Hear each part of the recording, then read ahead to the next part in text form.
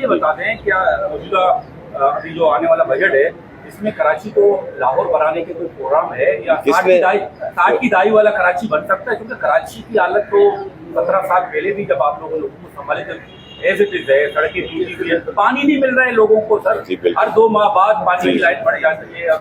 जनाब ये किसने लिख के भेजा है? अभी देखिए अभी इशू ये है कि यहाँ पे गांव की ज़रूरत है, पानी को मज़ीद बेहतर करना है, इंफ्रास्ट्रक्चर को मज़ीद बेहतर करना है।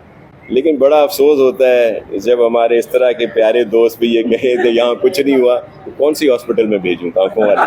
हमने लास्ट टाइम भी मैंने कहा था कि हेल्थ में बहुत अच्छे काम हुए हैं, NICVT, SIUT, कैंसर बच्चों के, लेकिन आंखों का एक हॉस्पिटल जरूर बनाना पड़ेगा ताकि कुछ तो नजर आए। इन्हीं रोडों पे चल के जाते हो, इन्हीं अंडरपासेस पे, इन्हीं ओवरहेड ब्रिजेस जो हैं उन्हीं पे जाते हैं, इन्हीं इंफ्रास्ट्रक्चर को देखते जाते हो और फिर कहते हो कुछ नहीं हुआ।